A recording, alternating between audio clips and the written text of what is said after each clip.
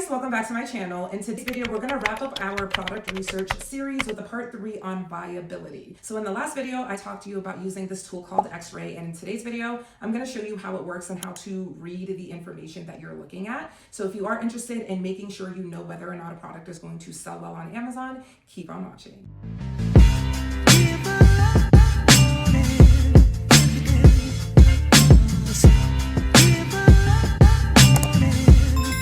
Let's go ahead and pick up right where we left off. The product that we were looking at was dog harness. I already have it in my search, so let's go ahead and pull that up.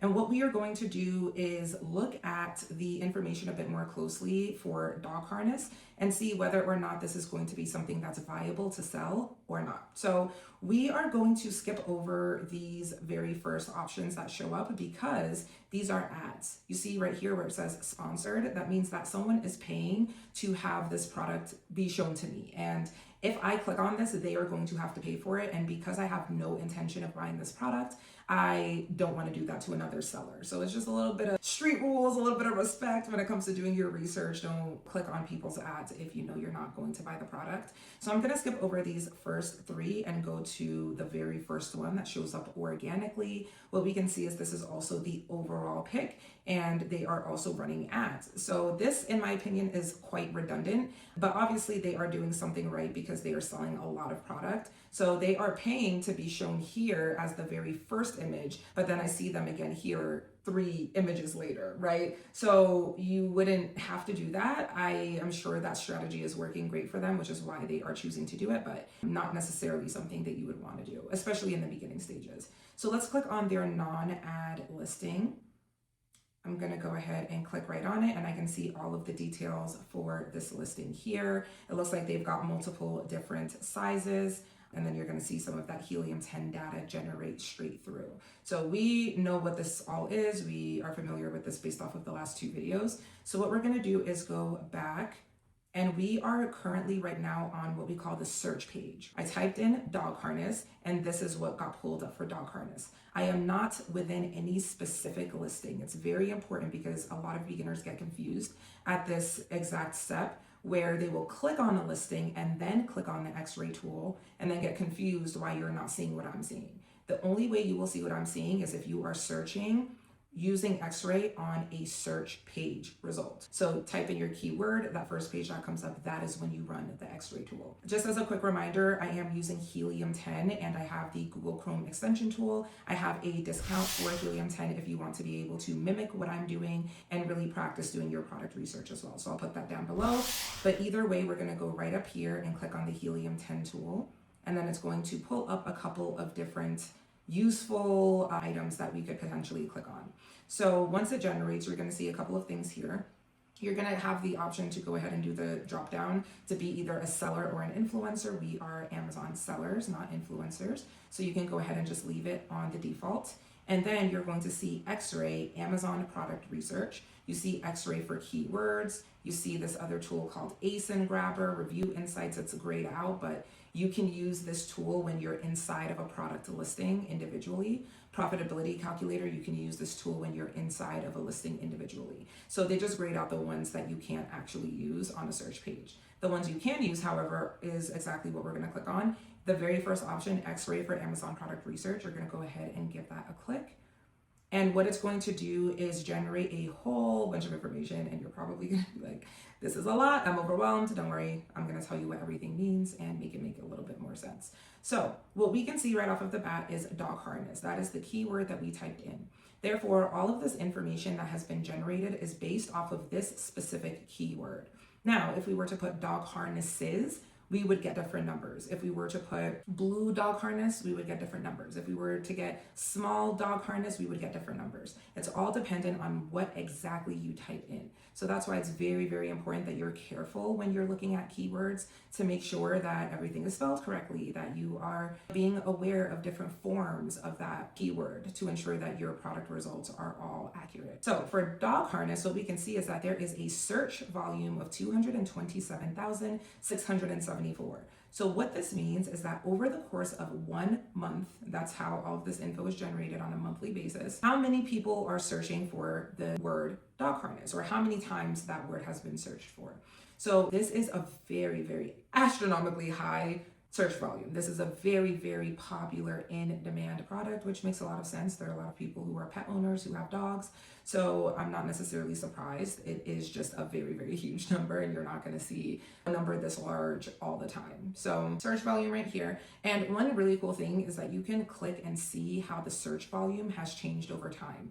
If you've ever looked at Google Trends, I'm not sure if you guys are familiar, but it's basically a Google tool where you can see how popular certain words have been or phrases have been over the years. So for example, if you were to go back to 2020, what do you think is probably the most popular word of 2020? We all know what that would be. If it is the Olympics, there's going to be a lot of searches for the Olympics. If there is some type of a celebrity drama or scandal, you're going to see more searches for things like that. So this is basically Amazon's version of that, where it lets you know how this keyword has been popularized over time. And you can actually go back in time to see, has it been consistently in demand, or is this something that has randomly just had a spike or something like that? So I will just show you what that looks like. We'll go ahead and click on search volume, and then we can see that it populates the 30-day data automatically, but you can also select 90 days, 1 year, 3 years, 5 years. So you can really get a huge view and a very good understanding of how the keyword has done over time.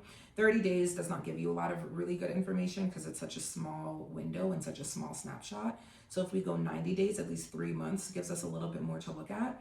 And then even further, we go back 1 year, now we can start to see trends in the graph. Okay, the further back you go, the easier it can be to kind of pick up on certain spikes or dips and try to make sense of that. So if I go back even further to 3 years, even further to 5 years, now I can see that in general, this keyword has become less popular over time. And that could be due to a number of different reasons. It could be because of the economy. Maybe not as many people are able to be pet owners. Maybe people are not prioritizing harnesses quite as much because the economy is not great. They can't necessarily afford it or aren't prioritizing this type of a product. So we can definitely see that. What we can also see is that there is a dramatic drop in dog harnesses during the winter. So when we look at this graph, even if we started all the way back to 5 years ago, there is a decent amount of demand, and then it dips down as soon as it gets cold. Then it goes back up and it dips down right in, I would say October, starts to dip down, and then in March is when it starts to climb back up. Again, October dips down, March it starts to climb. Dips down, starts to climb. So what we can conclude by looking at this is that this is a somewhat seasonal item. It does better during the summer months, which makes perfect sense. People are going to be outside, being more active, walking their dogs, going to the park, just enjoying the outdoors, versus in the winter where maybe it's too cold to go outside. It will be uncomfortable. It will be unsafe. So this makes a lot of sense for the product itself. But with that being said, what we want to keep in mind is, okay, well, this product is not as popular during the winter season. Do I necessarily want to sign myself up for that? Because I don't want to get comfortable making a lot of money during the warmer months just to see those numbers taper off and dip down during the winter.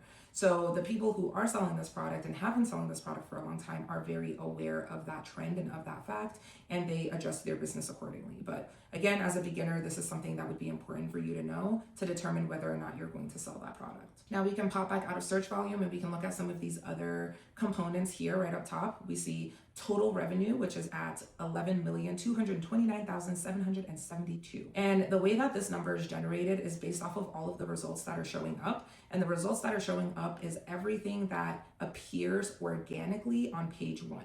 So everything from the first page, this number is a cumulative amount of revenue. So between all of the sellers that are on page 1, it's over $11 million, which is a lot of money in 1 month. Now, on average per seller, each seller on average is doing $273,897. That is a lot of money per seller. That's just an average. That's not even accounting for who's making the most money. And as I just take a quick glance, it looks like that Rabbit Goo one that we had clicked on initially, that #1 seller, they're doing $810,000 in sales a month. So as much as I can sit here and say, well, why would they be running ads? Now I see why they're running ads. They're doing over $750,000 per month in sales. So it obviously is working out very well for them. That's that. And then we go over, we see the average price is $25, which is great for a first product. We would definitely want our average price to be over $15, and this is at 25, so that's great. Average BSR, or best sellers rank, is a figure that represents how quickly a product is selling within a given category. So the more quickly the product sells, the lower this number will be. Because the average BSR is 3,249, that means that this product is actually selling pretty quickly on average, and that makes sense. It's selling quickly, therefore the average revenue per seller is high, therefore the total revenue is high. Does that make sense? So everything is kind of feeding into one another in order to kind of paint a bigger picture of what's going on within this niche and within this market. Then we go over to average reviews, and this is where it is a blaring red flag for a beginner product. The reason being is that the average review count is astronomical. I mean, 35,000 reviews on average. For reference, what we would like to see here is 300 or less. Okay, 300 is our ceiling, and this product has an average review of 35,000. That is insane, and this would absolutely disqualify this as a product that we would potentially sell, even though everything else checked out and was looking really great. Because the average reviews are as high as they are, it is going to make this product virtually impossible to sell without having to spend tens of thousands, hundreds of thousands of dollars on ads, which I don't know about you, but as a beginner, I would not be willing to spend that kind of money advertising a product. So for that reason, this product would be eliminated from the running as a potential product, but it is important that you're using the software and the X-ray tool so that you can see that. Because if you are a beginner, you're totally green, you log onto Amazon, you're like, you know what, there are so many dog harnesses. Dog harnesses do really well on Amazon, but then you don't use the software to look at the reviews and to look at these other metrics. You go ahead and you launch your dog harness, you are gonna be on page 111, okay? No one will ever see your dog harness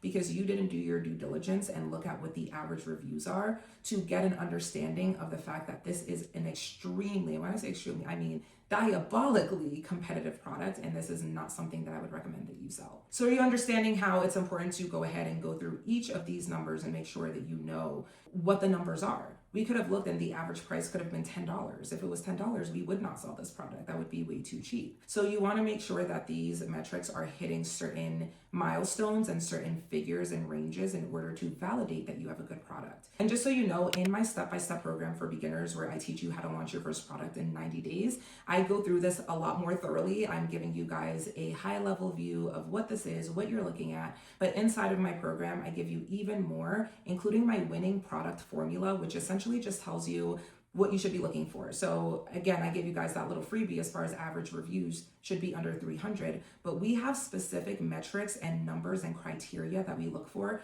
each of these individual metrics. There is an optimal range for search volume. There's an optimal range for total revenue, an optimal range for average revenue. So that is what will give you parameters and some kind of a structure to work around as you do your product research so that you're not shooting in the dark and trying to figure out, well, I don't know, is that a good number? Is that a bad number? That is what the winning product formula is for. So if you would like to learn directly under my mentorship through my step-by-step program, I'll go ahead and leave the information down in the description of this video.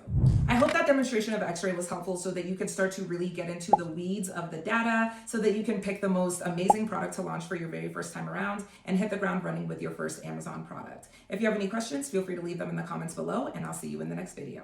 Bye.